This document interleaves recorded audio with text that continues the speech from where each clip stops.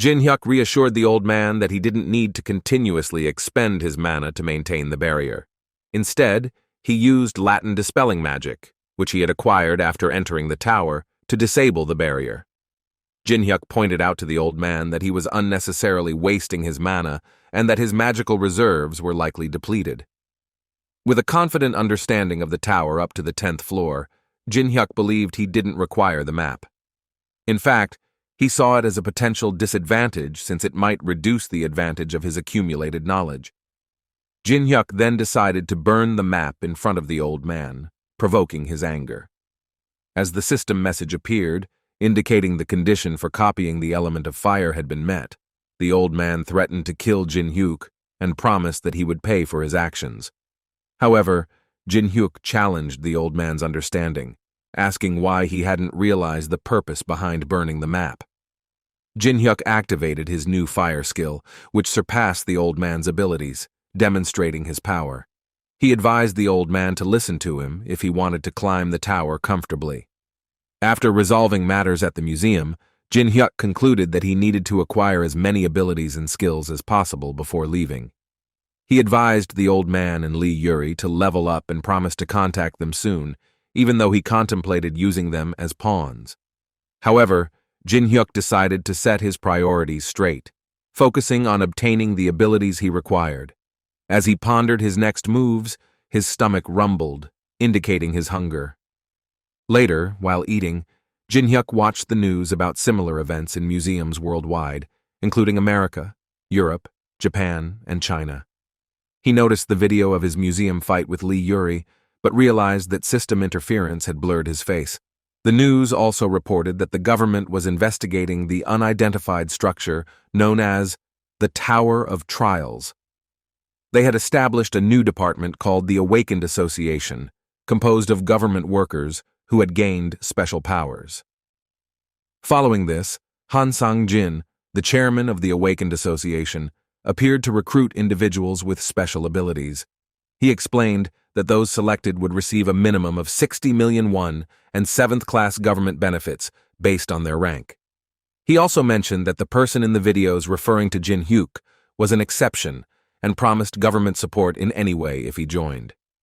Jinhyuk paid little heed to the recruitment offer, harboring the suspicion that they would ultimately treat him as a mere tool. By 7 p.m., the Tower of Trials had opened, and Jinhyuk had already entered the tower. As part of the celebration for entering the tower, the system distributed 100 coins to all participants. These coins served as the currency within the tower, and players could earn additional coins by uploading videos that showcased their achievements. For every 10,000 views, players received 100 coins. However, a premium charge was assessed based on the player's status, and live broadcast functionality was restricted to boss encounters to progress to the next level. The system was strict about manipulating view counts or engaging in cheating, promising appropriate punishments for such actions. Witnessing this, everyone within the tower became eager to seek opportunities and create videos to earn coins. In contrast, Jinhyuk had no immediate intentions of uploading a video. Instead, he had a vision of the past when he had been clearing the lower 30 levels of the tower. There had been a time when he couldn't advance any further, leading him to search for hidden pieces within the lower levels to access the next stage. Eventually, he found the solution in an abandoned ruin and realized that his character was inherently flawed. Consequently, he deleted his character and started anew. Jinhyuk continued his journey and arrived at the labyrinth location, entering it. To his surprise, he encountered a group of individuals who had followed him inside, harboring intentions of killing him to seize all the rewards for themselves.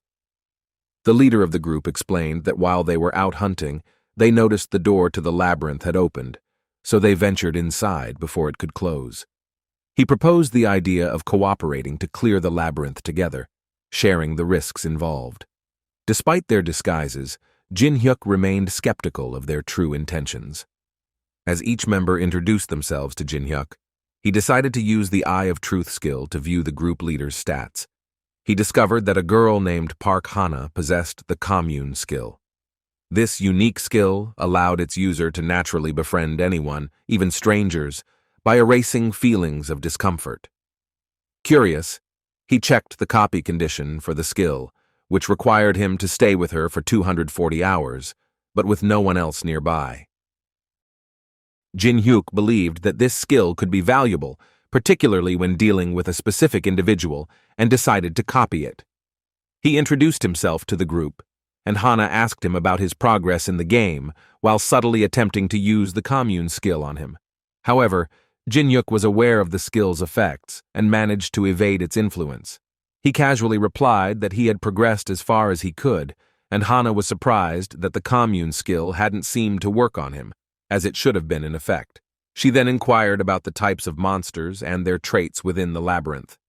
Jinhyuk explained that the labyrinth's terrain would change at regular intervals, which could catch people off guard and result in casualties. The group members were taken aback by the labyrinth's terrain-changing ability, and Jinhyuk questioned if they hadn't encountered a similar labyrinth with shifting terrain at least once before. Feeling accused, one of the group members suddenly attempted to attack Jinhyuk, but their actions triggered the appearance of a massive minotaur monster, which promptly attacked the group. Panic ensued, and the members began to flee. In contrast, Jinhyuk sprinted toward the minotaur monster, skillfully dodging its attacks. As he engaged in this daring maneuver, the system display indicated that he had obtained the hidden stat rift. Jinhyuk's fate hung in the balance as he faced off against the formidable minotaur monster. Little did he know that the mysterious hidden stat known as Rift could potentially hold the key to becoming the strongest player in the Tower of Trials. As Jinhyuk commenced his fight with the minotaur in the first-floor labyrinth, he skillfully dodged the first attack, prompting the acquisition of a hidden stat named Rift. Rift was a unique skill that reduced the stat difference between Jinhyuk and an opponent of much higher level. However, it also increased Jinhyuk's own stat power when he faced weaker adversaries. It was one of the few methods he had discovered to challenge the upper levels of the tower. Inside the labyrinth, he had to dodge the Minotaur's attacks to improve his Rift stats until full mastery was achieved. So Jinhyuk embarked on a dodge and battle strategy, evading every strike the Minotaur launched. The Minotaur's attack pattern had been etched into his body through practice, gradually increasing his Rift stats as he continued to dodge. As Hana and her friends observed Jinhyuk deftly dodging and battling the Minotaur, they were utterly shocked by his exceptional skills. They realized their folly in thinking they could kill someone of his caliber and steal his rewards. After successfully dodging the Minotaur's attacks, Jinhyuk taunted the beast, challenging it with the notion that it had shown all it could do. The Minotaur, infuriated by Jinhyuk's provocation, revealed that he taunted to get stronger by putting his life on the line and taking more risks. As the labyrinth underwent yet another change, and the Minotaur reappeared on a different side of the wall, Jinhyuk decided it was time to rest. He informed the others that the luminescent moth dust he had touched earlier attracted the Minotaur, ensuring it would keep chasing them. When Hana inquired why he had done this, he explained that it increased his stats and revealed his plan to continue doing it for a month until they could exit the labyrinth.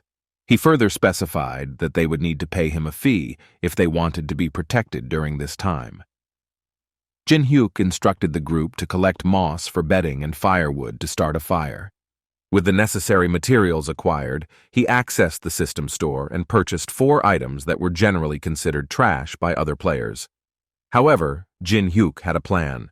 He combined 3 of these items to forge an S-rank item called the Wheel of Fortune.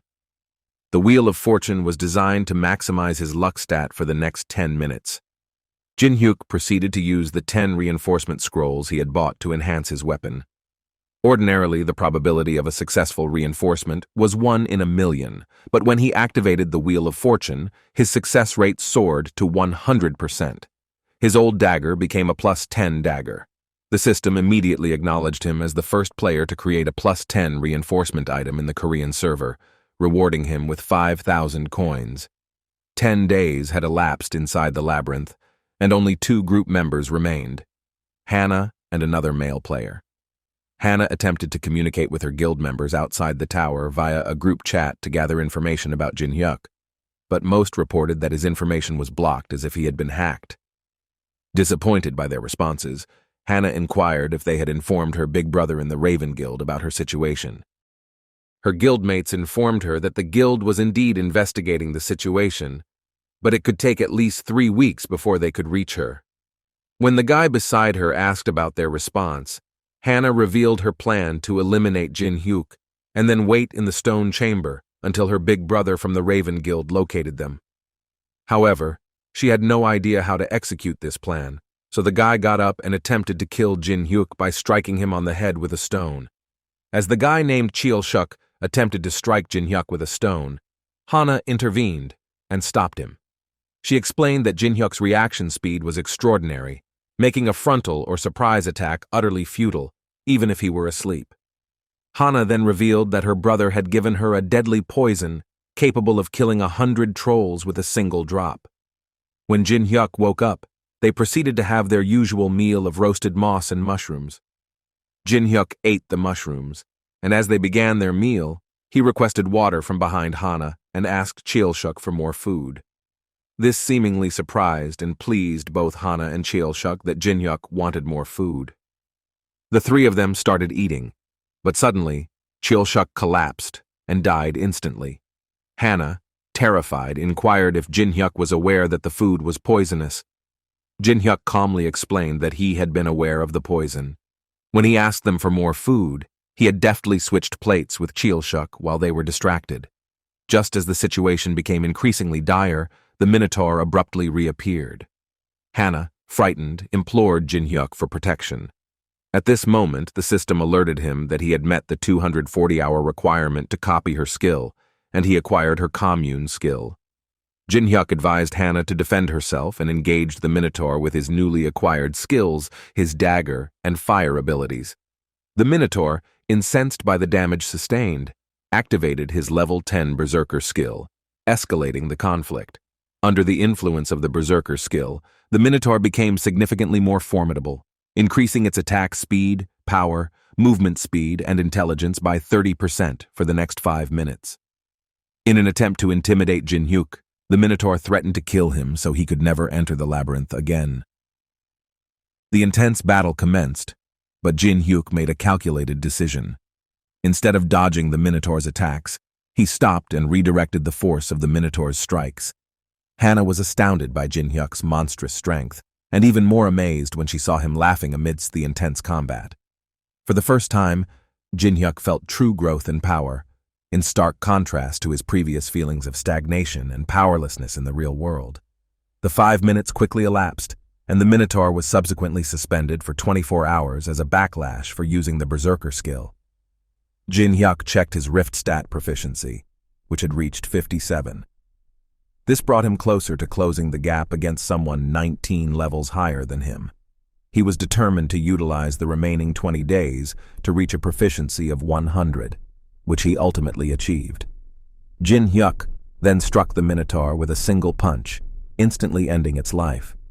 Following this, Jinhyuk offered Hannah a position as an intern at his veteran company, and Hannah eagerly accepted the opportunity.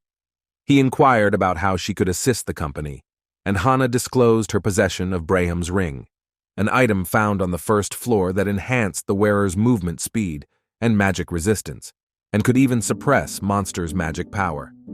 Subsequently, Jinhyuk combined the commune and fire skills to create the Brand a Slave skill, a mark that could compel someone to obey his orders.